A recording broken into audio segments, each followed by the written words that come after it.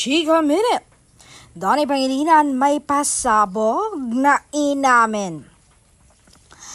Say niya hindi pala biro ang mangungulila sa isang tao. Isang buwan mahigit na hiwalay kami sa isa't isa.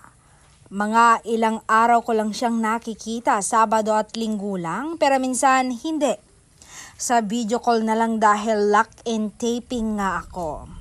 Hinahanap ko pa rin siya at araw-araw ko pa rin siyang naiisip. Sabi ko, talagang mahal na mahal ko talaga siya. Hindi talaga ako mabubuhay pag wala siya. Kaya't alam ko, siya talaga ang papakasalan ko. Ayaw kong mawala siya sa akin.